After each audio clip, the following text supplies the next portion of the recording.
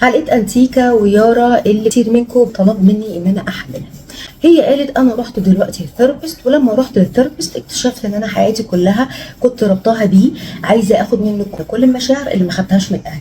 وهو ده بالظبط تحليل ليها. هي بنوته صغيره اتوهمت بشخصيه كانت بتسمع عنها عندها في المنطقه، قدرت توصل لنجاح كبير. هو فعلا مصور مميز جدا جدا. اللي حصل ان هي بدات تديفلوب مشاعر وصلتها لان هي كانت بتروح له 11 بالليل عشان تقابله، وهو بيكنسل وبيسقط المواعيد لانه كان مش مهتم. وانا للاسف مش هقدر الومه لان هو كان واضح وكان بيقول لها انا مش مهتم، انا مش عايز اكمل او مش جاهز اكمل. بس هي للاسف كان استحقاقها قليل قوي وكان عندها تعلق كبير بيه، ورغم كده كانت هي دايما اللي بتروح وتضحي بشغلها وتضحي بوقتها علشان يمكن يشوفني يمكن يحبني. ودي الجمله اللي قالتها كتير قوي في حلقه، انا خليته يحبني ما كانش هيتجوزني، وانا خليته يتجوزني خليت اهله يحبوني. ده معناه ان انا شخص استحقاقي قليل قوي، مستعد اضحي باي حاجه واتشكل باي شكل، المهم ان الشخص اللي قدامي يقبلني.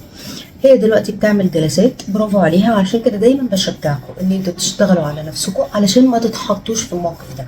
بس اللي انا احب اقوله لكم ان انا كان عندي كلاينتس زيها كده وارتبطت بشخص، وفي الاول كانت متخيله ان انا عايزه اعمل اي حاجه المهم ان هو يرضى عليا ويحبني. مع الجلسات لما اتغيروا وبدا يبقى عندهم استحقاق وحب لنفسهم، فجاه ادركوا ان العلاقه دي ما بقتش مناسبه ليهم، ان هم قللوا من نفسهم او حطوا طاقتهم زياده قوي وجم على نفسهم كتير قوي علشان علاقه. ففي كتير منهم قرر ان هو ينسحب من العلاقه دي.